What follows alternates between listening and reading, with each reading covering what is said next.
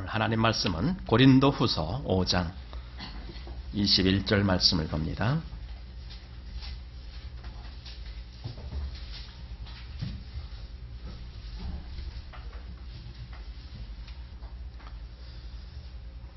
고린도후서 5장 21절 우리 다 같이 펴셔서 함께 읽겠습니다.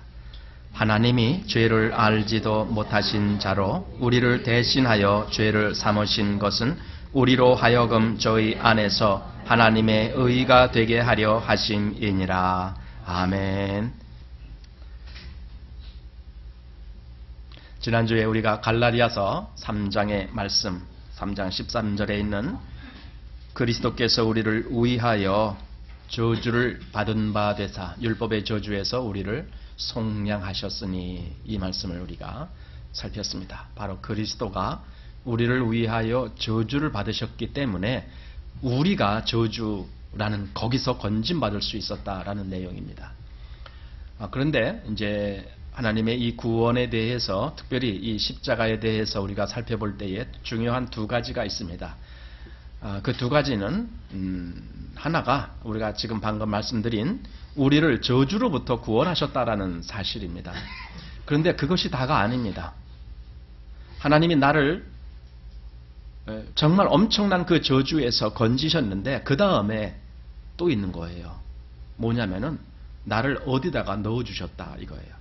어디다 넣어주셨냐면 하나님의 의 안에다 넣어주십니다. 나를 건지신 이걸로 끝이 아니고 나를 의의 길에 넣어주십니다. 이것이 두 번째 하나님의 구원의 역사입니다. 쉽게 말하면 이런 거입니다.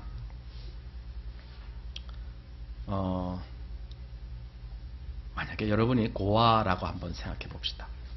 길가에 버려진 존재입니다. 어디 갈 데가 없습니다. 그래서 지난번에 우리 누구 무슨 사람 얘기했었죠. 막 노래 잘 부르는 사람. 그 사람도 3살 때 고아원으로 가서 5살 때 길거리부터 이렇게 거기서 자고 했던 그런 사람이 있었는데, 아마 그런 생각을 해보는 거예요. 그가 쓰러졌잖아요. 좀 며칠을 굶어갖고 기진해서 쓰러졌는데 누가 다가와서 그에게 먹을 것을 준다라고 합시다. 그러면 그는 당장 죽을 것에서 모면할 수가 있습니다. 굶어 죽는 그런 위험에서 그가 건짐을 받는 거죠. 말하자면은 우리가 저주를 받는 거기서 건짐을 받는다라는 개념입니다. 자, 그렇더라도 그 아이는 비록 죽을 것은 모면받았지만은 지금 어쩌면 죽을 수도 있었는데 정말 살아났지만, 그러나 그 아이는 계속 길거리 방황하는 거예요. 또다시. 만약에 어떤 사람이 그 아이를 그렇게 쓰러진 것을 보고 그 아이에게 먹을 것을 주고 그 다음에 그걸로 끝이 아니라 자기 집에 데려가서 그를 씻기고 다시 새 옷을 입히고, 그리고 야, 너는 오늘부터 내 아들이니까 우리 집에서 살아라, 이렇게 했더라면 이건 또 다른 차원이죠. 무슨 말씀인지 알겠죠? 그냥 그 아이에게 필요한 것을 줘서 그 아이로 하여금 죽지 않게 해주는 것으로 끝나는 것이 아니라 그를 자기의 친아들로 삼았다라면 이건 더 얼마나 큰 영광입니까? 자, 하나님의 구원은 그런 거예요. 그러니까 내가 저주받을 곳에서 건진받았다라는 것으로 끝내지 아니하시고 하나님은 나를 하나님의 의에 들어가게 만드셨다니까요. 이것이 또 다른 차원이고 그것이 동일한 한 구원을 얘기하는 겁니다. 그러니까 구원이라는 것은요, 이 반쪽만 가지고 구원이라고 할 수가 없습니다. 다시 말해서 내가 저주받지 않는다, 나 이제 지옥 안 간다, 그것만이 구원이라고 할 수가 없어요. 왜냐하면 하나님의 구원은 온전한 구원이니까. 그래서 나를 하나님의 의에 넣어주셨다라고 하는 이 사실을 우리가 또 분명히 알아야 되고 거기에도 우리의 믿음이 가야 됩니다. 그런데 대부분 사람들은 그쪽은 잘 생각 안 하려고 그래요. 왜냐하면 당장 나 죽을 거 살았다 이 생각만 하려고 그래요. 그래서 하나님의 의가 뭐냐라는 차원으로 계속 나아가질 않아요. 하나님의 의는 그리스도시거든요. 그럼 정말 내가 하나님의 의에 들어갔다면 나는 계속 그리스도를 찾아갑니다. 계속 그리스도를 추구합니다. 계속 그리스도를 닮아갑니다. 그리스도를 계속 알길 원합니다. 그리스도를 계속 더 내가 소유하길 원합니다. 그래서 그 길로 가게 돼요. 이것이 하나님의 의에 들어간 사람의 모습입니다. 그런데 많은 사람들이 이제 그렇게 안 하려고 그래요. 왜냐하면 구원받았으니까 됐다. 근데 그 구원은 자기 나름대로 지옥 안 가는 구원, 이렇게 생각해 버리는 거예요. 이게 반쪽짜리입니다. 그런데 만약에 정말 끝까지 그렇게 반쪽짜리로 끝냈다라면요, 그건 하나님 구원 아닙니다. 왜냐하면 하나님은 그렇게 중간에 끝낸 적이 없으셔요. 하나님이 뭔가를 시작하시면 끝까지 완성하십니다. 하나님의 열심히 그 일을 이루신다고 했거든요. 이사야에서 보면 그 말씀이 나와요. 하나님의 열심히 그걸 이룬다는 거예요. 그러니까 하나님이 열심으로 그것을 이루는데 누가 과연 중간에서 끝낼 수가 있고 방해할 수가 있겠어요? 아닙니다. 하나님의 구원은 항상 온전한 구원입니다. 그래서 오늘 정말 하나님이 그 아들 예수 그리스도를 보내신 것은 우리로 하여금 죄에서만, 즉 우리가 저주받는 데서만 건짐받는 것이 목적이 아니고 오히려 하나님 앞에 의가 되게 하시기 위해서도 그렇게 하셨다는 사실입니다. 물론 이 둘을 이렇게 나누어서 이야기하기도 하지만 사실은 그것이 하나를 얘기하는 겁니다. 나를 죄에서 건지셨을 뿐더러 나를 하나님의 의가 되게 하셨다. 오늘 읽은 본문 말씀이 그겁니다. 한번 잘 보시기 바랍니다. 다시 한번. 하나님이 죄를 알지도 못하신 자로 우리를 대신하여 죄를 삼으신 것은 우리로 하여금 저희 안에서 하나님의 의가 되게 하려 하심이니라. 놀라운 축복의 말씀입니다. 우리로 하여금 하나님의 의가 되게 하셨다라는 사실입니다. 그리스도의 십자가를 바라볼 때에는요, 우리는 십자가의 죽음도 바라보지만은 십자가를 통한 부활도 바라보는 거예요. 똑같이. 그게 다 십자가의 사건입니다. 그러니까 십자가의 사건 하면은 죽었다 이걸로 끝나는 것이 아니고 십자가에서 죽으시고 사흘 만에 부활하신 그 모든 것을 다 십자가의 역사라고 우리가 이야기합니다. 바로 그것을 지금 여기서 말해주는 겁니다. 우리로 하여금 저희 안에서 하나님의 의가 되게 하려 하심이니라. 로마서 3장에는 모든 인간에게 주어진 문제를 거기서 이제 얘기해 줍니다. 문제. 로마서는 일종의 논문과 같은 그런 성경이에요. 복음을 논리적으로 설명을 하는 말씀이 로마서입니다.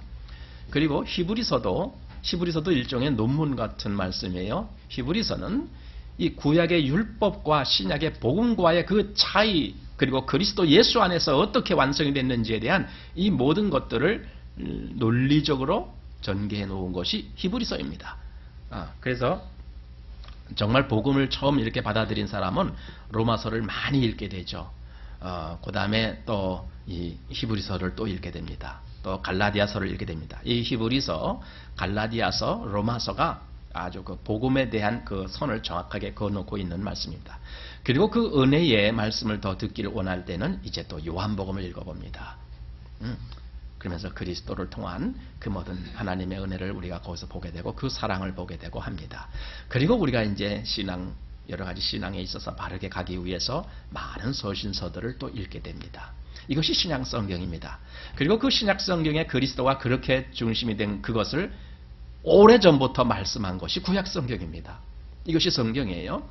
그래서 성경 전체는 바로 그리스도가 중심이고 그리스도를 나타내기 위한 그런 말씀입니다. 로마서 1장에 보면은 바로 이 복음이 뭐냐? 하나님이 그 선지자들로 말미암아 그의 아들에 관하여 성경에 미리 약속하신 것이다. 이렇게 되어 있거든요. 그 아들에 관하여 성경에 미리 약속한 것이 바로 구약 성경 전체를 얘기하는 거거든요. 그래서 예수님도 누가복음 24장에 보면은 뭡니까? 모세와 또 시편과 또 선지자들의 글에 나에 대하여 기록한 것이 응하여지기 위해서 이런 말씀하시거든요. 그것을 응한다. 즉 구약 성경이 바로 예수님에게 대해서 기록된 것이고 그것이 응해지기 위해서, 그래서 예수님이 십자가에서 죽으시고 그리고 부활하시고 그리고 승천하시고 이렇게 되는 거예요. 그 모든 것을 다 예수님에게 초점 맞췄던 성경의 예언대로. 자, 그렇다면 이제 오늘 이 구원에 대해서 우리가 두 번째 차원입니다. 우리 한번 로마서를 보겠습니다. 로마서 3장입니다. 로마서 3장 제가 19절부터 말씀을 좀 봅니다. 우리가 알거니와 무릇 율법이 말하는 바는 율법 아래 있는 자들에게 말하는 것이니 이는 모든 입을 막고 온 세상으로 하나님의 심판 아래 있게 하려 함이니라. 자, 이제 구약에 보면은 율법이 주어졌어요. 그 율법이 직접적으로 사람들에게 어떤 역할을 했느냐 하면은 그가 심판받을 자이다라는 것을 깨닫게 해주는 거예요. 율법이. 물론 의도는 다른 데 있습니다. 더 궁극적인 의도는 그가 심판받게 하기 위한 것, 이게 아닙니다. 율법은요, 그가 심판받는다라는 것을 깨닫게 해줌으로 인해서 그가 누구를 찾게 만드느냐? 참된 구원이신 예수님을 찾게 만들기 위한 거예요. 그래서 율법은 하나의 몽학선생이다, 이렇게 말씀한 거거든요. 우리를 그리스도에게로 인도하는 몽학선생이다, 이 말씀이 갈라디아에서 나오는 거예요. 그러니까 지금 여기 율법은 우리로 하여금 정말 하나님의 심판 아래 있다라는 그것을 나타내 주는 것이 율법이에요. 일체적으로. 율법을 보면서도 우리가 하나님의 심판 아래에 있구나, 이것을 못 깨달았다라면 그 사람은 율법을 잘못 읽은 거예요. 거짓되게 읽는 거예요. 율법 앞에서 내가 양심의 속임이 없이 정직하게 그 말씀을 나를 딱 노출시키면은요, 내가 심판받을 자구나, 이걸 느끼게 돼요. 그걸 느낀다니까요. 누가복음에 나오는 율법사의 얘기도 바로 그거예요. 선한 사마리아인의 비유라는 말씀 있잖아요. 그죠? 기억할 겁니다. 자, 그때 그 율법사가 예수님한테 와서 시험하기 위해서 질문을 하는 거예요. 내가 뭘 하여야 영생을 얻으리까? 이렇게 질문을 했을 때에, 그럼 율법에 뭐라고 됐냐 하면 내 이웃을 사랑하라, 뭐 이런 말씀이 있다라는 거예요. 그럼 그렇게 해라 그랬어요. 그랬더니 이 율법사가 내 이웃이 누구니까? 이렇게 다시 되질문하는 거죠. 그 대답으로 예수님이 한 예를 들읍니다. 뭐냐면은 어떤 사람이 유다로부터 여리고로 가는데 강도를 만난 얘기를 했는데, 이 가지고 있던 것 다 빼기고 카츠시코 두들겨 맞아서 거반 죽게 된 거예요. 그리고 길가에 버려졌습니다. 그 사람이 조금 있으면 죽게 돼요. 버려졌으니까. 그리고 그 당시에 길거리라는 게 사람이 늘 뭐 지금처럼 많이 왁작왁작 하면 누구라도 발견할 텐데, 옛날에는 그렇지가 않잖아요. 하루에 한 사람 지날까 말까 하는 게 필요 아닙니까? 근데 처음에 제사장이 옆으로 지나가다가 그 사람을 딱 보고 피해 가잖아요. 그 다음에 레위인이 보고 또 피해 가잖아요. 그런데 그 다음에 사마리아인이 그걸 봤어요. 그랬더니 그가 자기가 타고 간 나귀에서 내려왔고 그 사람에게 가서, 그 사람이 아직도 살아있다는 걸 알고는 그에게 그 상처에다가 뭘 붓고 그러죠. 그리고 그를 빨리 자기가 타고 온 그 짐승에다 태워서 가까운 주막으로 데려다 놓고는 거기서 이제 치료를 해주는 거예요. 그리고 여러분 그 성경 잘 보시면 알겠지만은요, 그날 밤 그 사마리아인은 거기서 묵어요. 밤새도록 그 간호했다라는 내용이에요. 그리고 그 다음날 떠나면서 주인을 불러서 이 사람을 잘 치료해 주십시오. 만약에 돈이 더 들면은 내가 돌아오는 길에 당신한테 맞아 주겠습니다. 이렇게 부탁을 하고 떠나가잖아요. 자, 이렇게 만들고 마지막에 질문을 하는 거예요. 이 율법사에게. 자, 거기 한번 보기를 원합니다. 누가복음 10. 자, 누가복음 10장 35절 말씀 보십시오. 이튿날 데나리온 2를 내어 주막 주인에게 주며, 여기 이튿날 그랬잖아요. 그러니까 그날 밤은 이 사람이 그 다친 사람 옆에서 계속 간호하고 있었다는 걸 우리가 알 수 있잖아요. 그 이튿날 그는 속히 떠나지 못한 거예요. 그냥 주막에 맡겨놓고 그냥 휙 떠나지 못한 거예요. 왜냐하면 이 사람이 너무 위중하니까 거기 계속 밤새도록 있으면서 이 사람을 간호했겠죠. 자, 데나리온 2를 내어주며 주막 주인에게 주며 가로되 이 사람을 돌보아 주라. 부비가 더 들면 내가 돌아올 때에 갚으리라 하였으니. 그 다음에 이제 물어봐요. 율법사에게. 내 의견에는 이 세 사람 중에 누가 강도 만난 자의 이웃이 되겠느냐, 이거예요. 그러면은요, 아니 누가 강도 만난 자의 이웃일까요? 뻔하죠. 그에게 정말 도움이 된 사람이 강도 만난 자의 이웃이죠. 그죠? 그러니까 이 대답합니다. 37절 가로되 자비를 베푼 자니이다. 이렇게 했어요. 자, 예수님 다시 말씀합니다. 예수께서 이르시되 가서 너도 이와 같이 하라 하시니라. 자, 제가 이 내용에 대해서 존 메가더라고 하는 목사님 여러분 아실 겁니다. 지금 현재 미국에서 목회하고 계시는 분인데, Grace Community Church라고 하는 교회인데, 거기 그 한 달 전쯤에 요 설교를 하셨어요.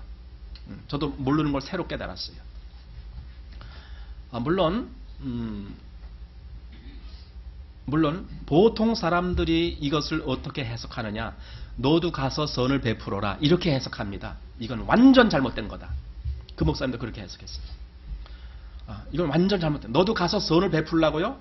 천만에 그게 아닙니다. 왜 그것이 아닌지 제가 몇 가지 예를 들어보겠습니다. 첫 번째로 이 율법사는 지금 영생을 얻은 자입니까? 아닙니까? 영생 못 얻었어요. 그러니까 내가 어떻게 하면 영생을 얻겠습니까? 라고 질문을 했음. 그게 접근입니다. 어디 나옵니까? 25절에 나오잖아요. 그죠? 중반부터 보면은 가로되 선생님 내가 무엇을 하여야 영생을 얻으리이까? 그러니까 이 사람은 아직 영생을 못 얻은 사람이에요. 자, 생각해 보세요. 예수님이 영생을 얻지 못한 사람에게 너도 가서 이 강도를 도운 사마리아인처럼 너도 가서 도와줘라. 그러면 영생을 얻어지냐고요? 그러면 아니 그럼 여지껏 예수님이 가르친 거하고 완전 반대잖아요. 이 말씀이 이해가 갑니까? 이 영생을, 이 사람에게는 영생이 필요해요. 예수님이 지금 그 사마리아인의 비유를 말씀해 주셨어요. 그리고 마지막에 너도 가서 이와 같이 하라라고 한 그 말은 너도 가서 이렇게 선을 베풀라. 지금 이 얘기로만 듣는다라면은 이건 완전히 모순되는 거예요. 왜 모순되냐? 우선 이 율법사는 선을 행할 능력이 없어요. 더군다나 그에게는 영생이 없고 그에게는 어떤 면에서는 이 예수님에게 이렇게 말한 의도도 25절 중간에 보니까 예수를 시험하여 가로되, 이렇게 시험하는 거예요. 예수를. 전혀 자기가 정말 영생을 갈급해하는 사람도 아니에요. 아니 갈급해하는 사람이 예수님을 시험하고 지금 있습니까? 이 사람의 목적은 예수님을 올무에 걸리게 하려고 접근한 거예요. 그러니까 의도가 아주 이상한 의도예요. 이 사람은 접근이. 진짜 자기가 원해서 온 게 아니고 예수님을 이렇게 좀 곤란하게 만들고 싶어서 왔습니다. 예수님이 얘기했습니다. 자, 너도 가서 이와같이 해라 했을 때 많은 사람들이 그냥 사마리아인처럼 우리도 선을 행합시다. 사마리아인처럼 선을 행합시다. 이렇게 가르친다는 거예요. 그게 가능하겠습니까? 솔직히 여기서 이 사마리아인처럼 그렇게 하는 게 가능하겠습니까? 근본적으로 우리는 나를 먼저 챙겨요. 상대방이 아니고요. 물론 우리는 누구에게 도움도 줍니다. 누구에게 자선도 베풉니다. 하지만 그거 내가 먼저인 그 다음에. 여기 이 사마리아인처럼 그렇게 못해요. 제가 말씀드렸잖아요. 사마리아인은 우선 자기가 타고 간 나귀에다가 이 사람을 태웠어요. 대신 태웠어요. 입장이 바뀐 거예요. 그리고 그 주막에 가서도 그는 그 밤새도록 그 사람 옆에서 그를 지키고 간호했어요. 그리고 떠나면서도 그에게 돈을 줬습니다. 그리고 또 얘기했습니다. 모자라면 내가 오바서 또 다시 주겠다 얘기했습니다. 그 약속 괜히 입으로만 한 얘기가 아닐 거라고는 보여집니다. 물론 그 다음에 어떻게 됐는지에 대한 얘기는 없어요. 기록이 없어요. 다만 여기서 이것을 이 율법사에게 하나의 교훈으로 주기 위해서 말한 겁니다. 자, 너도 가서 그렇게 해라 했을 때 그 율법사가 과연 그렇게 할 수 있는 능력이 있기 때문에 예수님 말씀하셨느냐? 아니에요. 그럼 뭐냐? 너가 못한다는 걸 네가 한 번이라도 깨달아 본 적이 있느냐? 그거예요. 물론 우리는 이 사마리아인으로 비유된 사람이 예수님이라는 걸 알아요. 예수님 자신이라는 걸 알아요. 그리고 여기 제사장이라든가 레위인이라든가 이런 것은 전부 예수님이 요한복음에서 그랬죠. 나보다 먼저 온 자는 다 강도요 절도요. 그렇죠. 요한복음 10장에서 내가 선한 목자고 내가 참 목자다. 이런 말씀하셨거든요. 그러니까 레위인이고 제사장이고는 율법 제도 속에서 있는 건데 지금 유대인들이 여지껏 그 제도를 쫓아오고 있고 더군다나 이 율법사는 율법에 관한 선생님 아닙니까? 율법사니까. 율법사는 율법을 가르치는 사람이에요. 선생이라고요. 전문가라고요. 그런 율법 다 알고 있어요. 그럼 율법에 무슨 말씀이 있느냐? 신명기에 보면은 너는 마음을 다하고 뜻을 다하고 목숨을 다하고 힘을 다하여 주 너희 하나님을 사랑하고 신명기 6장에 나오잖아요. 주 너희 하나님을 사랑하고 그 다음에 내 이웃을 또한 내 몸과 같이 사랑하라. 너 율법사야. 너가 율법을 그렇게 잘 알면은 너가 정말 그렇게 해야 되지 않느냐 이거예요. 물론 못할 걸 전제로 예수님이 알고 있기 때문에. 정말 여기서 예수님이 원하셨던 것은 이 율법사가 정말 영생을 원했다라면은 그 앞에서 그랬을 겁니다. 예수님, 나는 그렇게 못합니다. 나는 여지껏 그렇게 해본 적도 없습니다. 나는 정말 그렇게 이 사마리아인처럼 그렇게 자기 목숨을 내놓고 선을 행할 줄 아는 그런 사람. 왜냐하면 여기 이 강도 만난 자에게 사마리아인이 갔다라는 것은 대단히 위험한 일이었거든요. 왜 아까 제사장이라든가 또는 레위인이 왜 저만치 피해갔습니까? 왜 피해갔습니까? 단지 그 사람을 돕기 싫어서 뿐만이 아닙니다. 왜냐하면 그 당시에 길거리에는요, 강도가 많이 있어요. 그래서 지금 이렇게 이 첫 번째 사람도 그가 예루살렘에서 여리고로 가다가 강도를 만났는데 그 강도가 어딨냐? 그 옆에 또 지키고 있을지 몰라요. 괜히 그 사람 옆에 가서 도와주다가 잘못하다가 나까지 강도 잡혀서 큰일 난다고요. 그러니까 사람들이 안 가는 거예요. 접근 안 하는 거예요. 예. 우리도 그러잖아요. 무슨 사고 나는 거 보면은 그 목격자를 찾습니다. 뭐 이런 거 뭐 붙어 있는데 사람들이 진짜 목격을 했어도 잘 안 나타나려고 그래요. 괜히 나타났다가는 괜히 거기에 얼겨 들어가갖고 아주 귀찮아. 뭐 괜히 뭐 경찰서 와라 가라 뭐 그리고 귀찮아서 안 하려고 그러잖아요. 그런 사람들 있잖아요. 예. 여기 이 강도 만난 자 옆에 갔다가 잘못하면 나도 죽을 위험이 있는 거예요. 그래서 피해가는 거예요. 멀찍이. 거기는 강도 소굴이니까. 거기. 그러나 이 사마리아인은 거기 가는 거예요. 율법사야, 너 그렇게 했느냐 이거예요. 결국은 너도 가서 이같이 하라라는 것은 율법에 있는 말씀과 똑같은 지금 차원입니다. 율법에 아까 로마서 3장에 뭐라 했습니까? 율법으로 뭘 한다고요? 죄를 깨달음이라. 율법은 너 그렇게 하라, 너 그렇게 하라 이거거든요. 그럼 실제로 그렇게 할 수 있느냐고요? 못하잖아요. 그럼 궁극적으로 그렇게 하라라는 것이 궁극적인 목적이 아니고 그렇게 하라라는 말을 하면서 뭘 깨달으라고요? 너가 할 수 없는 죄인이라는 걸 깨달으라는 거잖아요. 너가 정말 사망 안에 있는 존재요. 율법의 저주 아래 있는 자라는 것을 깨달으라는 거잖아요. 자, 지금 이 예수님이 이 사마리아인의 얘기를 들어주면서 이 사람 보고 율법사고 너도 가서 그렇게 해라 했을 때 과연 율법사가 그렇게 했겠느냐고요. 할 능력이 없죠. 율법사는 못해요. 우리도 마찬가지고. 때문에 이 비유를 들어가면서 우리 선하게 합시다, 착하게 합시다. 물론 여러분 선하고 착한 것이 좋아요. 그게 잘못됐다는 얘기가 아니라 제가 지금 말씀드리는 각도는 이 말씀이 의도하는 바를 깨닫자라는 거예요. 자꾸만 이렇게 말하면은 그러면은 우리 선하지 말고 그냥 악하게 지내도 좋단 말입니까? 또 이렇게 반문하는 사람들이 가끔 있는 것 같아서 제가 하는 말이에요. 하지만 우리는 이 사마리아인처럼 못한다는 뜻이에요. 그리고 사마리아인하고 여기 강도 만난 자하고는 사실 원수지간일 거예요. 왜냐하면은 여기 강도 만난 자는 보통 유대인들이 여기 지금 별다른 호칭이 없기 때문에 예루살렘에서 여리고로 가는 사람이기 때문에 그는 유대인일 가능성이 커요. 그러나 지금 이 옆에서 접근한 사람은 사마리아인이에요. 유대인과 사마리아인 간의 관계가 뭐라고요? 이거 원수지간이에요. 말도 안 해요. 쳐다도 안 봐요. 유대인이 저 여리고로 가기 위해서 곧장 가면은 사마리아를 통과해야 되는데 유대인들은 절대로 그 길로 안 가요. 사마리아는 부정한 동네니까. 그래서 이렇게 돌아서 갑니다. 남쪽으로 돌아서 갑니다. 보통. 그런데 이 사마리아인 원수예요. 항상 저들은 우리를 동물 취급했어요. 개돼지 취급했어요. 또는 이방인 취급했어요. 저 유대인은.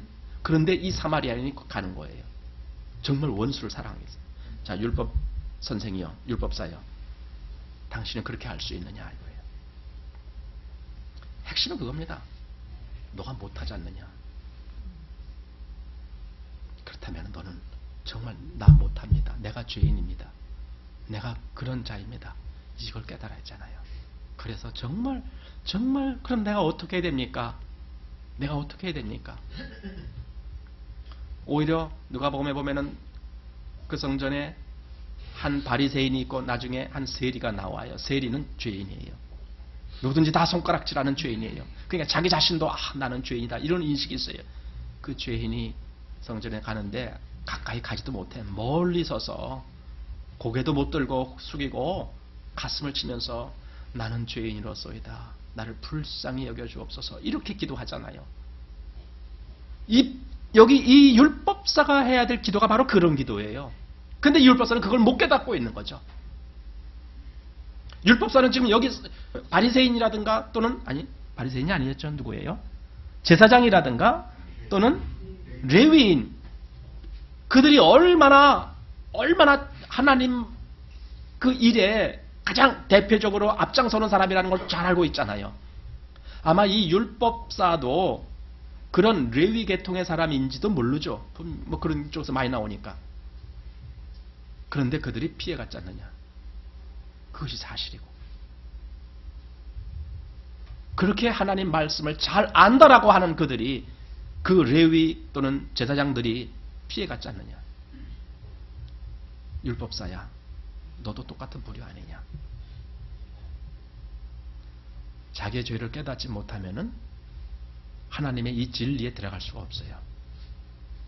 지금도 마찬가지고. 어저께 내가 어떤 신문 보다가 어떤 사람이 쓴 책이 새롭게 신간이 발간됐다라고 나오는 책인데, 거기 요약이 이렇게 대충 나오는 것들이 있거든요. 제가 이제 그런 걸 가끔 봅니다.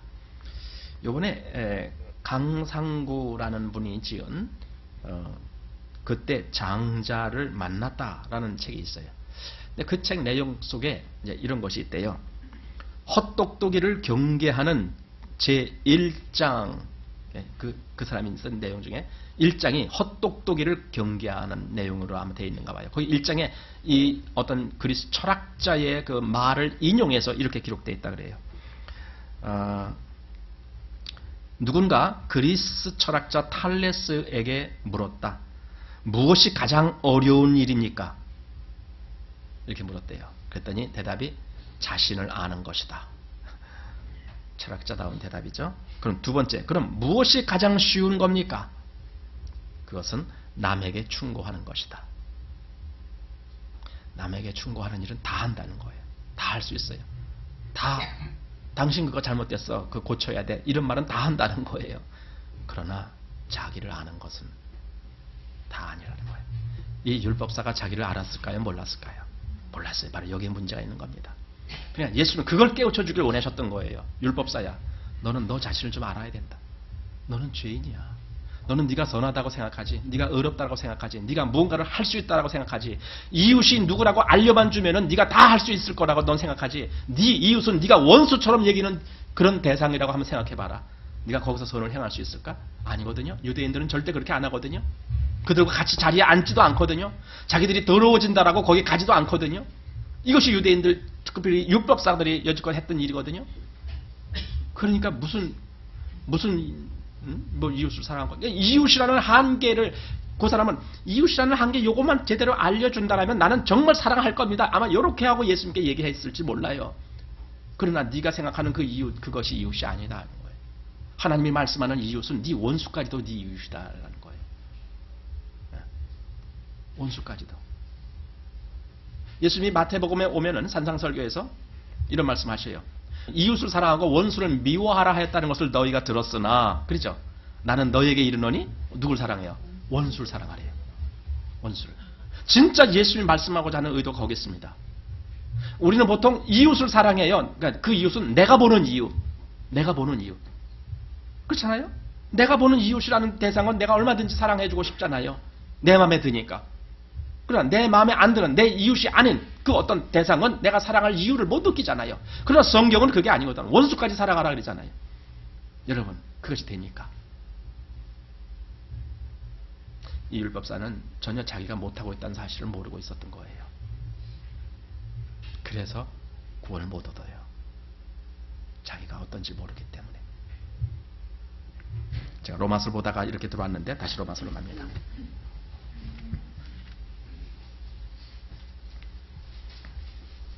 율법 얘기하다가 그렇게 됐죠. 로마서 3장. 율법은 모든 사람으로 온 세상으로 심판 아래 있게 하려 한다라는 거예요. 자, 20절입니다. 그러므로 율법의 행위로 그의 앞에 의롭다 하심을 얻을 육체가 없나니, 바로 이거잖아요. 그러니까 아까 누가복음 10장에서 그 율법사가 뭘 어떻게 한다고 그것 때문에 그가 영생을 얻는다고요? 천만에요. 그런데 왜 사람들은 그렇게 가르치냐고요. 여기서 예수님이 그걸 가르쳤다라고. 물론 우리 선을 행하라고 가르칠 수는 있어요. 당연히 선을 행해야 돼요. 착한 일을 해야 돼요. 이웃을 도와야 돼요. 그러나 누가복음에 있는 그 10장에 있는 말씀은 그 내용이 아니잖아요. 그 내용이 아니라니까요. 그런데 자꾸만 그렇게 가르치잖아요. 왜 그렇게 가르칩니까? 성경의 의도를 파악하지 못하기 때문에 그래요. 그 말씀의 의도가 파악이 안 되는 거예요. 그냥 자기 나름대로 해석을 하는 거죠. 그래서 선을 행하라라고 가르친 거다. 이렇게 얘기를 하잖아요. 예수님은 네가 하지 못한다라는 걸 가르쳐 주는 건데 지금. 네? 너는 제사장처럼 행했고 너는 여기 레위인처럼 그렇게 행했지 않느냐 여지껏. 그 더러운 사람한테 가면 부정 탄다고. 그렇게 여기고 넌 그렇게 살았지 않느냐. 그러니까 지금 예수님은 예를 들면서 너가 못한 것을 가르쳐 주고 있는데 사람들은 그렇게 하라라고 가르쳐 주는 걸로 그렇게 파악을 하는 거예요. 이게 얼마나 차원이 다른 겁니까? 그리고 우리가 더 거기서 한 단계 넘어간다라면은 그 사마리아인이 바로 예수님 자신이었다라는 걸 알게 되는 거예요. 자, 20절. 율법으로는 죄를 깨달음이라. 바로 이것 때문에 예수님 말씀하신 겁니다. 자, 이제 21절입니다. 이제는 율법 외에 하나님의 한 의가 나타났으니 율법과 선지자들에게 증거를 받은 것이라. 율법 외에 하나님의 한 의가 나타났대요. 율법은 나에게 네가 어떻게 해야 의로워진다라는 걸 말씀하는 거예요. 아까 누가복음 10장처럼 네가 그렇게 선을 행하라. 그럼 너는 의로워진다. 너는 영생을 얻을 수 있다. 이렇게 가르쳐 주는 거예요. 근데 문제는 내가 그렇게 못하는 게 문제거든요. 내가 그렇게 못하잖아요. 우리가 사랑 아무리 이야기해봐도요. 우리는 정말 나의 영역까지도 포기되어지지 아니하는 것 같아요. 그걸 고수하려고 하는 것 같아요. 어떤 면에서는. 그래서 계속 느껴요. 뭐냐면 나는 너무나 내 안에 죄악이 가득하구나. 느끼는 거예요. 그렇기 때문에 더 강하게 그리스도의 은혜가 아니라면 나는 안 되겠구나. 그걸 느끼게 되는 거예요. 만약에 내 안에 이러한 죄가 그렇게 자리 잡고 있다는 것을 어느 날 나는 더 이상 나한테 죄가 없구나. 그렇게 내가 깨달았다면 난 그 즉시부터 이제 그리스도의 은혜 필요 없어. 이렇게 할 겁니다. 그 즉시. 그러나 죄가 더한 곳에 은혜가 더욱 넘쳤나니. 죄가 더한 곳에 은혜가 더욱 넘쳤나니. 이게 로마서 5장입니다. 죄가 더하다는 건 내가 정말 죄인이구나. 그리스도인이 되면서 오히려 죄에 대해서 더 깊이 깨닫게 돼요. 더 깊이. 점점 더 시간이 지날수록. 과거에는 그 정도까지 전혀 생각지도 못했던 것조차도 그리스도인이 된 이후에 더 시간이 지나면서 내가 더 깨닫는 게 그거예요. 과거에는 얼마든지 그걸 미화시키고 얼마든지 정당화해서 괜찮아 이렇게 지나갈 수 있었던 그런 사건조차도 그리스도인이 된 이후부터 그것이 정말 죄였구나. 이것이 깨달아지기 시작합니다. 그래서 내가 죄 깨달았구나. 끝난다. 여러분 그거 아무것도 아니에요. 그건 철학자들도 해요. 그렇게 하는 것은. 철학자들도 깊이 깨달아. 아까 내가 누구 얘기했습니까? 탈레스 얘기했잖아요. 얼마나 깊은 걸 깨달았어요. 하지만 그리스도인은 신앙인은 그런 게 아니에요. 그걸 깨달을 뿐더러 내가 나에게 은혜가 되시는 그리스도를 붙잡는 거예요. 이게 그리스도의 힘이에요. 다릅니다. 철학자들이 깨닫는 범위하고 그리스도인이 깨닫는 범위하고는 이렇게 다른 겁니다. 그리스도인에게는 오직 그리스도라야만이 나한테 의가 되는구나. 그리스도라야만이 내가 여기서 해방받을 수 있구나. 이렇게 보이는 거예요. 그러나 철학자들은 그게 안 보이죠. 그냥 깨닫는 것만 보이는 거죠. 그래서 철학자들은 한마디 한마디 이렇게 내던지는 겁니다. 근데 그 말들이 참 병언들이에요. 철학자들이 던지는 말들이 좀 아까 그 탈레스가 한 말이나 소크라테스가 한 말이나 비슷하잖아요. 소크라테스가 다른 건 몰라도 뭘 알아요, 여러분? 너 자신을 알라. 왜? 모르니까. 사람들이 자기 자신조차도 어떤 존재인지 모르니까. 이 얼마나 유명한 말이고 얼마나 합당한 말이에요. 그렇지만은 소크라테스가 그리스도가 우리의 의다. 그런 말 한 적 있어요? 그런 말은 안 했거든요. 물론 소크라테스가 있을 땐 그리스도가 안 계셨어요. 그 이전에 소크라테스가 있었기 때문에 고대 철학자니까. 자, 이제 여기 성경 다시 본문으로 갑니다. 이제는 율법 외에 하나님의 한 의가 나타났다는 거예요. 율법 외에. 율법은 나와 관계되는 거예요. 내가 행함으로 관계되는 거예요. 그러나 그거와 상관없이 그거 외에 별도로 다른 데서 의가 오는 거예요. 다른 데서 하나님의 의가 오는 거예요. 여러분 이것이 보일 줄 알아야 된다. 그 사람은 더 이상 자기에게 눈 돌리지 않습니다. 자기를 의지하려고 하지 않습니다. 자기의 행위를 의지하려고 하지 않습니다. 왜냐하면 거기에는 어떤 의도 없으니까. 거기에는 내가 무엇을 행한다라고 할 때 거기에 어떤 의도 없으니까. 의는 외부에서 와야 돼요. 의는 외부에서 와야 돼. 나한테 어떤 외부에서 오는 뭐가, 하나님으로부터 오는 의가 있다면 얼마나 좋을까? 바로 이겁니다. 하나님으로부터 오는 또 다른 의가 나한테 와야 돼. 내가 스스로 의를 행해서가 아닙니다. 그러니까 아까 말한 그 선한 사마리아인의 비유는 우리가 의를 행하자 그걸 가르치는 게 아니에요. 의를 행하지 못한 존재인 것을 깨닫게 해주는 거예요. 여지껏 그래왔고, 그 율법사가 여지껏 제사장들과 또는 레위인들처럼 그렇게 행해왔고, 그래 그들이 여지껏 하나님 앞에 의롭게 행했다라고 행한 그 행함이 뭐냐라는 걸 예수님이 거기서 노골적으로 나타내 준 건데, 그들은 이 강도만한 자를 피해가는 거예요. 자기한테 불리한 거는 다 피해가는 거예요. 그러면서도 의를 행했다라고 하고 있는 거예요. 말하자면 이중적인 것이죠. 거짓된 의죠. 하나님 앞에서는 그들은 제사를 주관하고, 제사장들이 제사를 주관하는 자들이고, 레위인들은 거기서 같이 보조해주는 자들인데 얼마나 하나님께 가까이 가는 자들이에요. 오늘날로 말한다면 목사급 이런 거잖아요. 목사급. 목사야말로 하나님을 제일 잘 믿는 사람 이렇게 생각할 수 있잖아요. 그럴까요 정말? 정말 그럴까요? 아니에요. 예수님이 그 누가복음 10장에서 말씀한 것 그대로입니다. 그들은 이 정말 자기에게 불리한 이 뭔가가 다가오면은 피해가는 거예요. 네.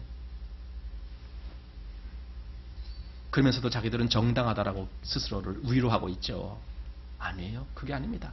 여러분 목사들만 그럽니까? 다른 사람은 안 그럽니까? 똑같다라는 존재입니다. 다시 한번 여기 21절. 이제는 율법 외에 하나님의 한 의가 나타났으니 율법과 선지자들에게 증거를 받은 것이라. 의는 율법 자체가 아니고 선지서 자체가 아니고 그 율법과 선지자들이 증거한 어떤 대상이 있어요. 바로 거기에 의가 있다는 거야. 율법과 선지자가 바로 예수 그리스도를 지칭하고 있거든요. 바로 그걸 얘기하는 겁니다. 곧 예수 그리스도를 믿음으로 말미암아 모든 믿는 자에게 미치는 하나님의 의니 차별이 없느니라. 이것이 바로 의예요. 여러분 여기 그가 뭘 잘 행해서 의롭다 그게 아니잖아요. 그럼 뭘 어떻게 해서 의롭다 하면 받는다는 거예요. 예수 그리스도를 믿음으로 말미암아 이거예요. 예수 그리스도를 믿음으로 말미암아 의가 나한테 오는 거예요. 아니 그런 게 어디 있어요? 하고 이제 아마 따지실 분 계실지 몰라요. 예, 따지셔도 괜찮아요. 내 마음에 의심이 있다라면 따지셔야 돼요. 그 대신 성경에다 따져야 돼요. 성경에다 따져야 된다니까.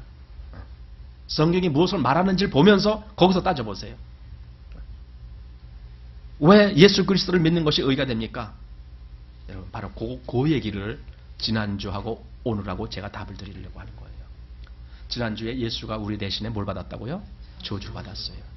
오늘 그 예수는 우리를 또한 의롭다 하시기 위한 역사를 하시는 거예요. 바로 그분 때문에. 자, 로마서 조금 더 봅니다. 23절. 모든 사람이 죄를 범하였으며 하나님의 영광에 이르지 못하더니 그리스도 예수 안에 있는 구속으로 말미암아 하나님의 은혜로, 여기 은혜라는 말이 나옵니다. 은혜는 자격 없는 자에게 거저 주시는 게 은혜예요. 은혜. 은혜로 값없이 의롭다 하심을 얻은 자 되었느니라. 이렇게 되는 거예요. 이게 하나님의 역사고 이게 구원의 역사입니다. 값없이 의롭다 함을. 만약에 내가 아까 누굽니까?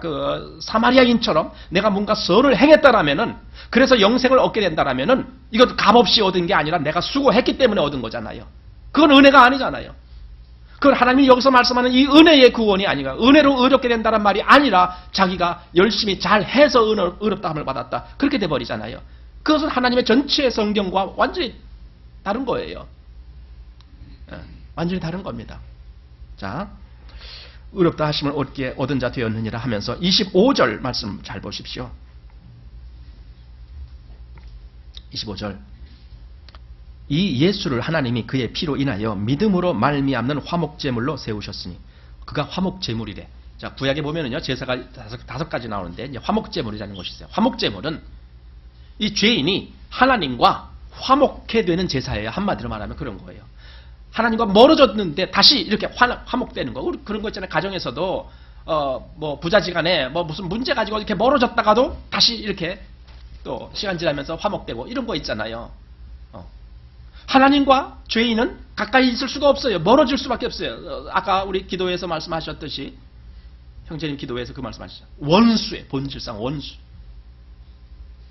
그런데 그것이 다시 가까워져야 돼. 이것이 화목이에요. 다시 화목하게 되는 겁니다. 그러면 무슨 방법으로 화목하게 되느냐? 첫 번째, 너가 율법을 다 지켜봐라. 그러면 하나님과 화목하게 될 수 있다. 그런데 이거는 땡 하고 종쳤어요. 왜 종쳤어요? 아무도 율법을 그렇게 행할 수 있는 사람이 없어요. 좀 아까 우리 요 앞에서 읽었잖아요. 19절에서. 전혀 율법으로는 우리가 의롭다함을 얻을 육체가 없어요. 그런데 하나님은 율법을 말씀하셨지만 율법으로 우리가 하나님께 화목해 된다는 걸 그걸 보여주려고 말씀하신 것이 아니에요. 그럼 하나님이 정한 우리가 화목해 되는 그 길은 뭐냐라는 거예요. 그게 하나님이 그 화목 제물로 누구를 세우셨다는 거예요. 지금 다시 한번 25절.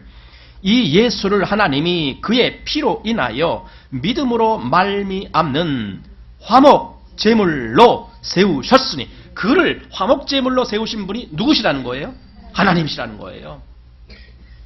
그래서 하나님이 말씀하시는 거야. 너희가 이 아들, 내 아들, 십자가에서 너희를 위하여 죽고 부활한 내 아들을 너희가 믿어라. 이 아들이 화목제물이기 때문에 너희가 그 아들을 믿으면 내가 너와 화목해 될 수 있다. 지금 그 뜻이거든요. 왜냐면 그가 화목제물이니까. 구약에 보세요. 화목제물이 드려졌으면요, 이스라엘 백성은 더 이상 하나님한테 진노받을까봐 겁나고 두려워하고 그러지 않아요. 이제는 평안해지는 거예요. 말 그대로 화목해야 되는 거예요.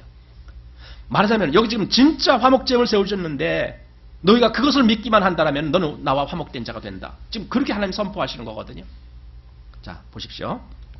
세우셨으니 이는 하나님께서 길이 참으시는 중에 전에 지은 죄를 간과하심으로 자기의 의로우심을 나타내려 하심이니. 자, 그리고 26절 같이 시작. 곧 이때에 자기의 의로우심을 나타내사 자기도 의로우시며 또한 예수 믿는 자를 의롭다 하려 하심이니라. 여기 이제 나옵니다. 여기 하반절에 26절 하반절에 또한 예수 믿는 자를 의롭다 하려 하신다. 이게 의롭다 하려 한다는 것은 하나님이 그렇게 하겠다는 뜻이에요. 이건 우리가 이렇게 해주세요 이렇게 요구한 것이 아니라 하나님이 그렇게 하기 위해서 예수님을 화목제물로 세우셨다는 뜻이에요. 예수님을 화목제물로 세우신 것도 우리가 요구해서 된 게 아닙니다. 하나님, 우리에게 화목제물이 없으니까 하나님이 보내주세요 이렇게 요구한 사람 한 사람도 없어요. 그냥 하나님이 일방적으로 하신 거예요. 왜냐하면 인간들은 그 정도도 알지 못하기 때문에. 하나님이 인간들을 위한 화목제물을 세워놓으시고, 그리고 그 화목제물을 통해서 믿는 자를 하나님이 의롭다라고 하시겠다라고, 그것도 하나님이 정하신 거예요. 그렇게 믿는 자를 의롭다라고 칭하신다는 것이 하나님의 정하신 계획이라니까요. 하나님이 정하셨다니까요. 여러분이 강도 같다라고 할지라도요, 여러분이 살인자와 같다 하더라도요, 여러분이 이 하나님이 정하신 이 화목제물을 믿느냐고요. 그러면 하나님이 여러분을 의롭다 하신다니까요. 이건 사기 같아, 완전히. 우리가 의롭다라고 칭함받는다라면 적어도 그 사람이 얼마나 착한 일을 많이 했느냐, 얼마나 나쁜 일을 안 했느냐, 이런 걸 가지고 우리는 판단하려고 하잖아요. 그런데 우리가 무슨 짓을 했든지 아무 상관 안 하고 너가 이 화목제물을 붙드느냐, 이것만 하나님이 보시겠다라는 거예요. 그러니까 사기 같잖아요. 사기라도 좋아요. 왜냐하면 그게 하나님이 하시는 거라면. 저는 그렇게 생각해요.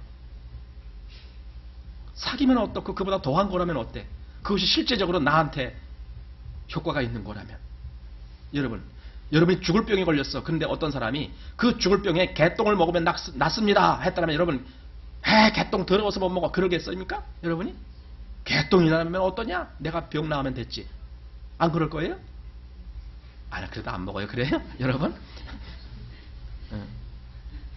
옛날에 개똥도 약에 쓰려면 없다 그랬어요.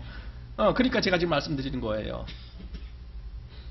진짜 내가 하나님과 원수지간이 된다는 것이 얼마나 처절한 그런 상태라는 걸 깨달았다면은, 지금 이 말씀, 이 화목제물을 붙들면 하나님 앞에 의롭다 칭함을 받는다라는 이 말씀이 꿀맛같이 달 거예요. 그런데 왜 그것이 그렇게 안 보이느냐? 자기가 정말 하나님 앞에서 그렇게 원수로 하나님의 저주받을 대상이라는 그것이 잘 안 보이니까 이 해결책도 별 필요가 없는 거예요. 그렇잖아요. 배고픈 사람에게는 그야말로 밥 한 그릇에 간장 종지 하나만 있어도 꿀맛이지만은 배부른 사람에게는 진수성찬을 차려줘도 그냥 그렇고 그런 거예요. 이 원리가 그대로 적용돼요. 여러분에게는 정말 이 화목제물이 필요합니까? 그것을 필요로 느끼고 있습니까? 여러분에게는 정말 그리스도가 필요합니까? 이것을 느낀 사람만이 그렇게 믿을 수 있어요. 하나님이 우리를 의롭다 하시려고, 잘 보세요. 그냥 우리 죄 용서가 아니라 우리를 의롭다 하시려고. 그냥 죄 용서받는 것하고 의롭다 하는 것은 한 차원 다른 거잖아요. 우리가 그냥 저주 안 받는 거하고 이제는 하나님 앞에 의롭게 되는 것하고는 다른 거잖아요. 이거는 하나님이 우리를 자기의 영역 속으로 포함시키겠다는 거예요. 단지 지옥에 안 가게끔만 한다는 것이 아니라 하나님의 영역 안에 들어오게. 왜냐하면 의인이 아니고는 하나님께 갈 수가 없으니까. 이것은 우리를 아까 제가 고아의 예를 들었을 때에 그 고아에게 필요한 모든 것을 다 공급해 줬을 뿐더러 자기 친아들로 삼아서 넌 우리 집에 와서 살아. 그렇게 하는 것과 똑같은 거예요. 그게 의롭다 칭한다는 거예요. 놀라운 겁니다. 그 그리스도 때문에. 그래서 히브리서는 그 그리스도가 우리의 영원한 구원의 근원이 되신다 그랬어요. 히브리서를 보면은요, 이 영원이란 말씀이 계속 나오고 있어요. 영원. 한번 여기 몇 구절을 보겠습니다. 히브리서를 봅니다. 5장, 히브리서 5장 9절 먼저 봅니다. 자, 9절 같이 시작. 온전하게 되었은즉 자기를 순종하는 모든 자에게 영원한 구원의 근원이 되시고, 여기 영원한 구원, 영원이란 말, 여기 영원이란 말에 한번 주의하십시오. 거기다 지금 주목하십시오. 영원이라는 개념. 또 7장으로 넘어가 봅니다. 7장 21절 가보시겠습니다. 자, 여기도 같이 시작. 저희는 맹세 없이 제사장이 되었으되 오직 예수는 자기에게 말씀하신 자로 말미암아 맹세로 되신 것이라. 주께서 맹세하시고 뉘우치지 아니하시리니 네가 영원히 제사장이라 하셨도다. 네가 영원히 제사장이다. 영원히 계속 존재하는 제사장이다. 그런 뜻입니다. 자, 조금 지나서 28절로 갑니다. 시작. 율법은 약점을 가진 사람들을 제사장으로 세웠거니와 율법 후에 하신 맹세의 말씀은 영원히 온전케 되신 아들을 세우셨느니라. 여기 영원히 온전케 되신 아들. 영원히. 또 영혼을 주목해 보십시오. 9장으로 갑니다. 9장 12절 말씀 보겠습니다. 같이 시작. 염소와 송아지의 피로 아니하고 오직 자기 피로 영원한 속죄를 이루사 단번에 성소에 들어가셨느니라. 예수님이 하신 속죄는 영원한 속죄입니다. 여러분, 이것이 믿어지느냐고요? 그분의 속죄는 영원한 속죄야. 그렇기 때문에 조금 하다가 아유 너 안 되겠다 이런 게 없다라는 거예요. 정말 그분이 나를 용서했다라면, 내가 그래서 그렇게 믿었다라면 나의 모든 죄를 영원토록 용서하신 거예요. 영원한 속죄예요. 그것이 모자라는 속죄가 아니에요. 그분의 속죄는 영원한 속죄입니다. 자, 또 조금 지나서 15절 말씀 보십시오. 자, 시작. 이를 인하여 그는 새 언약의 중보니 이는 첫 언약 때에 범죄한 죄를 속하려고 죽으사 부르심을 입은 자로 하여금 영원한 기업의 약속을 얻게 하려 하심이라. 기업은 하늘의 선물이에요. 그런데 보세요. 그 선물이 잠깐 줬다가 없어지는 선물이 아니고 영원한 기업이라고 했어요. 영원한 기업. 찬송가에 나의 영원하신 기업 그런 거 있잖아요. 영원. 또 10장으로 건너갑니다. 10장 12절입니다. 자, 같이 시작. 오직 그리스도는 죄를 위하여 한 영원한 제사를 드리시고, 됐습니다. 한 번 제사를 드렸어요. 그리스도는 자기 십자가 한 번이잖아요. 십자가 두 번 달린 거 아니잖아요. 한 번인데 그것이 영원한 제사가 된 거예요. 영원토록 제사가 되는 거예요. 영원토록. 그래서 영원토록 우리 죄를 속해 줄 수가 있는 거예요. 한 영원한 제사를 드리시고, 그 다음에 14절로 시작. 저가 한 제물로 거룩하게 된 자들을 영원히 온전케 하셨느니라. 계속 영원이란 말이 나오는 건 이유가 뭡니까? 인간은 영원이란 말을 쓸 수가 없어요. 인간은 유한하니까. 여러분이 건강하면은 영원토록 건강합니까? 아니에요. 여러분 영원토록 건강 못해요. 벌써 이제 한 달 남았어요, 올해. 내년이면 한 살씩 더 먹습니다. 한 살씩 더 먹는다는 게 뭘 뜻하는 겁니까? 죽을 때가 가까웠다는 거예요. 그리고 몸이 점점 더 쇠약해 간다는 거예요. 점점 더 쇠약해 갑니다. 나이 잡수시면서 내가 왜 이렇게 아프지? 이상하다. 왜 아플까? 이런 사람이 오히려 이상한 거예요. 당연히 아파야죠. 왜? 나이 먹었으니까. 나이 먹으면, 기계도 나이 먹으면 고장 나는 것 마찬가지예요. 당연히 아파지는 거예요. 그런데 이 유한한 인간과 지금 하나님이 하시는 역사는 영원이라는 거예요. 영원. 영원한 역사예요. 그거와 지금 이렇게 대조를 이루고 있는 겁니다. 하나님이 날 구원하신다고요? 그럼 영원한 구원이에요. 하나님이 내 죄를 사하셨다고요? 영원한 사하신 거예요. 나를 그 하나님의 저주에서 구원하셨다고요? 영원토록 구원하신 거예요. 모든 것이 하나님께는 영원이에요. 그래서 나로 하여금 거기 가서 절대로 하나님 믿었다가 낙심하는 사람 없어요. 안 믿었기 때문에 낙심하는 거지. 왜? 하나님은 영원한 구원이 되시니까. 구원을 의심하는 건 하나님이 안 믿어지는 거예요. 하나님은 영원한 구원 약속이니까. 그런데 착각하지 마시기 바랍니다. 어떤 사람은 그리스도의 십자가를 이렇게 해석하는 사람들이 있습니다. 감상주의적인 십자가를 생각하고 있습니다. 내가 그리스도의 십자가를 생각할 때에 그 십자가 예수님이 너무 큰 고통을 당하셨어. 너무 불쌍해서 믿어주는 사람이 있어요. 여러분, 대개 영화가 그렇게 해요. 영화는 인간의 감정을 충동질하는 게 영화거든요. 왜냐하면 감정적으로 충동이 안 되면 영화는 팔리지가 않잖아요. 그러니까 어떻게 해서든지 감정을 일으켜서 뭐 눈물짜게도 만들고 깔깔 웃게도 만들고 이게 영화거든요. 그러니까 영화에 그리스도에 대한 영화가 나오면 하나같이 이런 감정적인 부분만 이렇게 오고 있어요. 예수님이 십자가에서 엘리 라마 사박다니, 하나님, 나의 하나님, 왜 나를 버리셨습니까? 하고 외칩니다.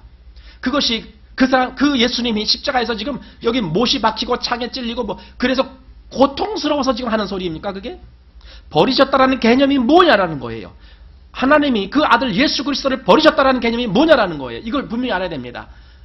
예수님이 겟세마네 동산에서 기도하실 때에 바로 십자가 잡히시기 바로 직전에 겟세마네에서 기도하실 때 뭐라 그랬냐면은 아버지 할만하시거든 이 잔을 내게서 지나가게 하옵소서 할 때에 사람들이 그 잔이 뭐냐고요. 그 잔을 어떻게 해석하냐고요. 십자가에서 그 아픔을 겪으시는 것 이렇게 해석하려고 그래요. 십자가에서 조롱받고 십자가에서 침뱉음 당하고 그리고 십자가에서 못 박힘 당하고 그 십자가 질 때 얼마나 아팠을까 이렇게만 해석하려고 그래요. 그러나 예수님이 지금 거기서 이 잔을 내게서 지나게 해달라는 것은요. 그건 육신의 아픔의 문제가 아니에요. 그건 하나님과의 문제예요. 자, 생각해 봅시다. 저주는 누가 받습니까? 의인이 받습니까? 죄인이 받습니까? 죄인이 받아요. 그럼 우리는 본질적으로 하나님의 앞에 죄인이잖아요. 본질적으로 의인은 없나니 하나도 없다라고 했잖아요. 다 한결같이 죄로 흘러갔어요. 자, 그렇다면은 그 하나님의 진노가 누구에게 쏟아진다는 뜻이에요? 우리에게 쏟아진다는 뜻이에요. 하나님의 진노는 손바닥에다 못 하나 박는 그런 진노가 아니에요. 나를 영원한 형벌받게 만드는 진노예요. 아까 영원이라는 말 그걸 생각해 보세요. 나를 영원한 진노를 받게 만드는 것이 하나님의 형벌이라니까요. 그 형벌이 내게 쏟아져야 돼요. 왜? 내가 죄인이니까. 내 마음속에 그 죄악이 가득하니까. 내가 마음속에 항상 육적인, 나 중심적인 그런 욕심으로 가득 차 있잖아요. 그러니까 하나님의 진노는 내게 쏟아져야 돼. 그게 맞아요. 그런데 그 진노를 예수님이 대신 자기에게로 쏟아지게 만드신 거잖아요. 그 진노의 잔. 하나님께 진노받는다는 것이 뭔 줄 아세요? 이건 정말 무시무시한 거예요. 십자가에 못 박히는 그 정도가 아니에요. 만약에 십자가에 못 박히더라도 그것이 하나님 앞에 영광이 되는 그런 것이었다면 예수님이 거기서 기뻐하셨을 거예요. 하나님 감사합니다. 내가 십자가에 못 박힘으로 인해서 하나님께 영광 돌릴 수 있으니 감사합니다. 제가 손양월 목사님 예를 들었잖아요. 그 아들 둘이나 죽음을 당했어요. 그런데 손양월 목사님 감사했어요. 왜냐하면 우리 아들, 내 아들 둘이나 하나님 앞에 순교자로서 명예를 얻게 하셨으니 감사합니다 했잖아요. 여러분 예수님이 십자가에 달리실 때에도 정말 그것이 하나님 앞에 영광이 되고 자기한테도 명예가 된다라면 예수님이 거기서 찬송하셨을 거예요. 하나님 감사합니다. 내가 하나님을 위해서 이 십자가에서 죽게 된 거 정말 감사합니다. 그랬을 거예요. 그런데 예수님은 그렇게 안 했어요. 탄식하셨어요. 어찌하여 나를 버리시나이까? 탄식했어요. 이게 뭔 줄 아세요? 저주 때문에 그래요. 저주는 하나님께 영광이 아니에요. 저주는 하나님으로부터 버림받는 거예요. 저주는 하나님으로부터 떨어져 가야 되는 거예요. 저주는 하나님이 눈을 돌려버립니다. 쳐다도 안 봅니다. 하나님이 예수님이 그 고통당할 때 그것이 얼마나 아플까 끔찍해서 못 본 게 아니라 하나님이 그를 저주하기 때문에 안 보신 거예요. 그래서 온 하늘이 어두워지는 거예요.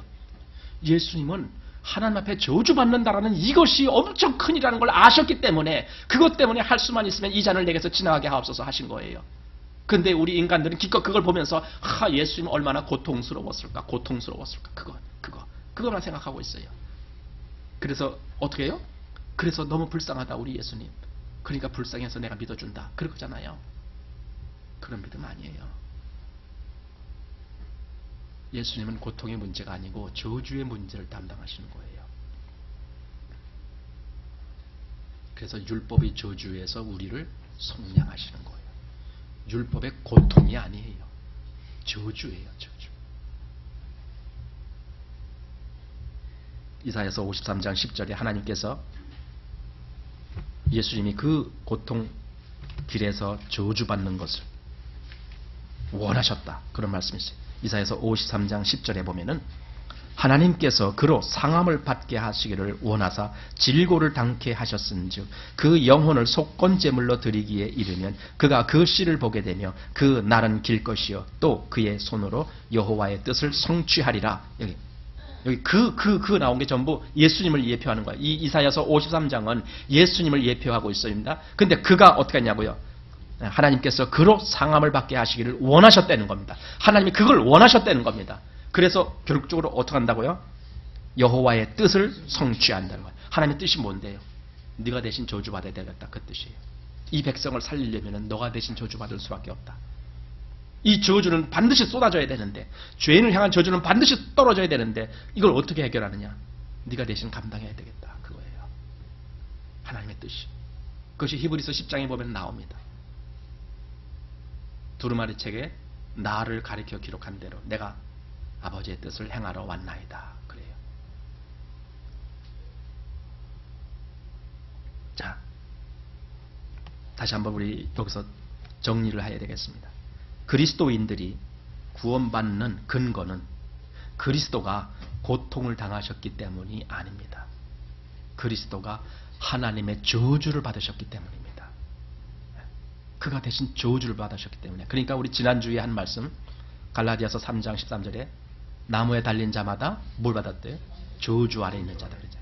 나무에 달린 자마다 그 나무에 달렸다라는 고통을 얘기하는 것이 아니라 나무에 달린 자마다 하나님의 저주를 받는 자다라는 사실을 얘기하는 거예요. 저주 아래에 있는 자다. 내게 떨어질 그 저주를 그가 대신 받았기 때문에. 그래서 이제 로마서 4장으로 갑니다. 자, 로마서 4장 25절 말씀 보겠습니다. 다시 한번 같이 읽겠습니다. 시작. 예수는 우리 범죄함을 위하여 내어줌이 되고 또한 우리를 의롭다 하심을 위하여 살아나셨나니. 그러니까 내어줌이 되고 살아났다라고 한 걸 우리 이렇게 분리해서 여기서 지금 말한 것 같이 보이는데 사실 이게 한 사건입니다. 예수님의 십자가 하면은 그가 내어줌이 되고 또한 그가 살아난 부활까지 다 포함해서 하는 말입니다. 예수님의 십자가를 생각한다는 것은 바로 거기에는 우리의 죄의 문제를 해결하는 문제도 있거니와 하나님 앞에 우리가 의롭다함을 받는 문제가 같이 끼어 있다는 뜻이에요. 내 죄 사함 받는 것만 다가 아니구나. 내가 하나님께 의롭다함을 받은 존재가 되었다라는 것까지도 내 마음에서 믿어져야 되는 거예요. 여러분이 정말 구원을 믿는다면, 이 복음을 믿는다라면 여러분의 죄가 사함받았다라는 것만 믿어지는 것이 아니고 내가 하나님 앞에 이제는 의롭다함을 얻은 자가 되었다라는 걸 믿을 수 있어야 됩니다. 여러분 그렇게 믿어집니까? 내가 하나님 앞에 의롭다함을 받은 자야. 황송하죠. 아니 나 같은 자가 의롭다함을 받다니 너무 황송해져. 하지만 하나님이 그렇게 하신 걸 어떻게 해요? 5장으로 갑니다. 로마서 5장 18절 19절 같이 시작. 그런즉 한 범죄로 많은 사람이 정죄에 이른 것 같이 의의 한 행동으로 말미암아 많은 사람이 의롭다 하심을 받아 생명에 이르렀느니라. 한 사람의 순종치 아니함으로 많은 사람이 죄인 된 것 같이 한 사람의 순종하심으로 많은 사람이 의인이 되리라. 아니, 성경에서는 한 사람의 순종하시는 것, 바로 예수 그리스도가 하나님의 명령에 죽도록 순종하시는 그 순종 때문에 많은 사람이 어떻게 된다고요? 많은 사람이 의인이 되리라. 여러분, 이게 믿어져요? 이게 믿어지냐고요? 이게 믿어져요. 왜? 이게 성경 말씀이니까. 한 사람의 의로운 행동 때문에 많은 사람이 의롭게 된다는 거예요. 아유, 이건 너무나 황송한 말씀이에요. 사실은요, 똑같은 원리가 아담 한 사람 때문에 온 세상에 죄가 가득히 들어왔다는 거와 똑같은 거예요. 억울할 거 하나도 없다는 제가 언젠가 그랬잖아요. 그거 억울해 하지 말라고. 왜냐하면 나를 구원하시는 하나님의 원리가 똑같으니까. 그 한 사람의 순종하심으로 많은 사람이 의인이 된다라고 성경에 설명되어 있으니까. 그리고 여러분이 그 말씀을 믿었다라면 여러분이 그렇게 된 거예요. 의롭게 되는 그 역사. 물론 이것은 여기서 우리가 주의해야 될 것이, 이건 위치적인 의로움을 얘기하는 거예요. 위치적인 의로움. 이거는 존재적인 의로움이 아닙니다. 다시 말하자면 내 속까지 아주 의인처럼 싹 바뀐 것이 아니라 내가 하나님 앞에서, 이 위치적으로 내가 하나님 앞에서 의롭다 칭함을 받는다는 뜻이에요. 의인처럼 대우를 받는다는 뜻이에요. 실상은 내가 의인이 된 건 아니라 할지라도 내가 하나님께 의인처럼 대우를 받는다는 뜻이에요. 이게 위치적인 의예요. 존재적인 의가 아니에요. 존재적인 의라는 우리에게 없어요. 왜? 내 안에 죄는 그냥 있으니까. 실제적으로. 다만 심판받을 죄가 없어진 거죠. 자, 이것이 로마서에서 지금 말씀한 대목입니다. 자, 그러니까 예수님이 죽으셨다가 부활하셨어요. 예수님이 죽으셨다가 부활하셨어요. 왜 부활하셨어요? 베드로전서로 한번 가서 이것을 확인해 보겠습니다. 베드로전서 3장을 보겠습니다. 3장 18절입니다. 같이 시작. 그리스도께서도 한 번 죄를 위하여 죽으사 의인으로서 불의한 자를 대신하셨으니 이는 우리를 하나님 앞으로 인도하려 하심이라. 자, 그만 뒤엔 우리를 하나님 앞으로 인도하시겠다는 거예요. 하나님 앞으로. 하나님 앞으로. 여러분, 의인이 아니고는 어떻게 하나님 앞으로 간다고 말입니까? 말이 안 되거든요. 그런데 하나님이 우리를 그 앞으로 오게 허락하신다는 것은 우리를 의롭다 보신다는 뜻이에요. 그 일 때문에 예수님은 죽으시고 부활하신 거예요. 다시, 이건 또 다른 말로 하면은 우리를 다른 데 가게 만드는 게 아니라 하나님께 가게 만든다는 뜻이에요. 여기서 신앙의 길이 나오는 거예요. 나 죄사함 받았고 구원받았다고 하는 사람들이 하나님 앞에 가지 않는다라면 그 구원은 이상한 구원이에요. 이상한 구원이에요. 이거. 그러나 우리를 하나님 앞으로 가게 만들어요. 자꾸만 그 앞으로 가게 만들어요. 이것이 그리스도가 우리를 위해서 죽으시고 부활하신 이유예요. 그래서 여기 이제 결론적으로 이렇게 말할 수 있습니다. 여러분이 정말 예수를 믿습니까? 이거예요. 여러분이 정말 예수를 믿기를 원하십니까? 이거예요. 그러려면은 두 가지가 전제가 됩니다. 두 가지가 꼭 반드시 전제가 돼야 됩니다. 하나는 내가 선하지 않다라는 것. 그걸 정말로 인정하느냐는 거예요. 그래서 내가 선을 행할 수도 없다는 걸. 아까 그 율법사는 내가 무엇을 행하면 영생을 얻으리까? 그럴 존재가 못 된다는 걸. 응? 무엇을 행해서 영생을 얻는 존재가 못 된다는 걸. 여러분, 그걸 인정하십니까? 나는 정말 선하지 아니할 뿐더러 선을 행할 수도 없구나. 이 사실이 인정됩니까? 그 다음 두 번째 또 있습니다. 그 하나만 인정해서는 안 됩니다. 두 번째가 있습니다. 예수 그리스도에게는 의가 있구나. 이것이 인정되어야 됩니다. 그 예수는 나를 위한 하나님의 화목제물이었구나. 나를 의롭다 하시기 위한 하나님의 제물이었구나. 여기까지도 가야 됩니다. 그러니까 나를 볼 때는 나는 전혀 의로움이 없는 존재이지만 그렇다고 내가 뭘 어떻게 하자는 것이 아니에요. 내가 뭘 하자는 것은 다 종교입니다. 그건 신앙이 아니라 종교일 뿐이다. 종교. 내가 의로운 자가 아니고 내가 죄인이기 때문에 내가 다시 지금부터 착하게 살자. 이건 전부 종교일 뿐입니다. 그러나 성경에서 말하는 참된 기독교는 내가 무엇을 하자가 아니라 나의 의가 되신 그분을 붙드는 거예요. 그분을 믿는 거예요. 왜냐하면 그분이 하나님이 정해놓은 유일한 길이니까. 길. 내가 곧 길이요 진리요 생명이니 그랬잖아요. 하나님이 정해놓으신 길, 하나님이 정해놓으신 화복제물이시니까 나는 그 하나님의 정하신 그것을 붙드는 거예요. 요걸 믿음이라고 얘기하는 거예요. 하나님이 정해놓으신 것을 내가 붙드는 거예요. 그것을 의지하는 거예요. 그분에게 가는 거예요. 그러니 오늘 우리 이제 본문으로 아까 고린도후서 5장 17절 말씀을 읽었잖아요. 이 말씀을 다시 한번 보십시오. 자, 같이 시작. 하나님이 죄를 알지도 못하신 자로 우리를 대신하여 죄를 삼으신 것은 우리로 하여금 저희 안에서 하나님의 의가 되게 하려 하심이니라. 여러분이 하나님의 의가 되신 것을 믿습니까?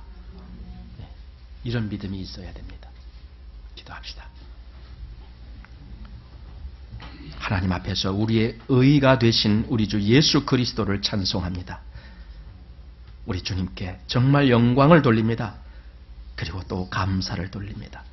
우리의 온 마음을 다하여 주님을 사랑합니다. 주님이 우리의 의가 되셨기 때문에 하나님, 이 믿음이 오늘 이 말씀을 들은 모든 이들의 마음속에 분명하게 보여지게 하여 주옵소서. 예수님 이름으로 기도하옵나이다. 아멘.